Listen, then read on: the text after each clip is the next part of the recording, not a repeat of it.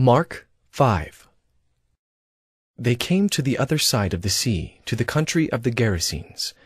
And when Jesus had stepped out of the boat, immediately there met him out of the tombs a man with an unclean spirit. He lived among the tombs, and no one could bind him any more, not even with a chain. For he had often been bound with shackles and chains, but he wrenched the chains apart, and he broke the shackles in pieces. No one had the strength to subdue him. Night and day among the tombs and on the mountains, he was always crying out and cutting himself with stones. And when he saw Jesus from afar, he ran and fell down before him, and crying out with a loud voice, he said, "What have you to do with me, Jesus, Son of the Most High God? I adjure you by God, do not torment me!" For he was saying to him, "Come out of the man, you unclean spirit." And Jesus asked him, "What is your name?" He replied, "My name is Legion, for we are many." And he begged him earnestly not to send them out of the country. Now a great herd of pigs was feeding there on the hillside, and they begged him, saying, "Send us to the pigs, let us enter them." So he gave them permission.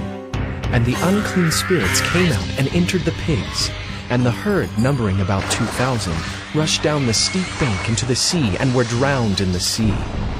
The herdsmen fled and told it in the city and in the country, and people came to see what it was that had happened.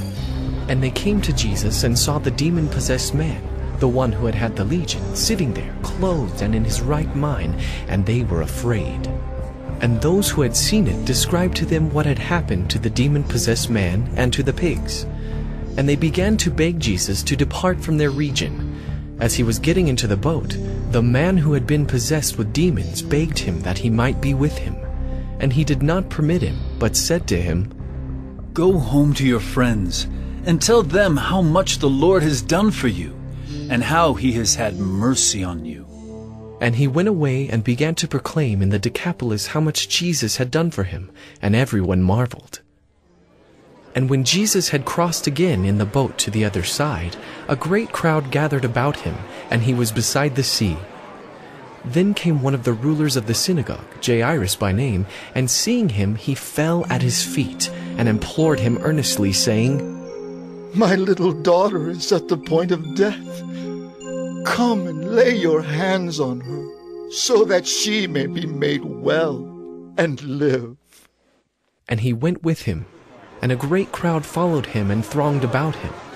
And there was a woman who had had a discharge of blood for 12 years, and who had suffered much under many physicians, and had spent all that she had, and was no better, but rather grew worse.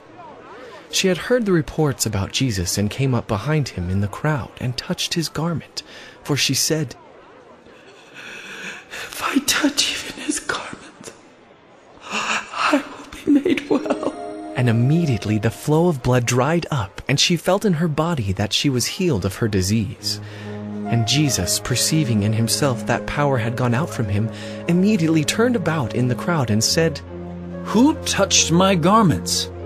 And his disciples said to him, "You see the crowd pressing around you, and yet you say, 'Who touched me?'" And he looked around to see who had done it. But the woman, knowing what had happened to her, came in fear and trembling and fell down before him and told him the whole truth. And he said to her, "Daughter, your faith has made you well. Go in peace and be healed of your disease." While he was still speaking, there came from the ruler's house some who said, "Your daughter is dead. Why trouble the teacher any further?" But overhearing what they said, Jesus said to the ruler of the synagogue, "Do not fear, only believe."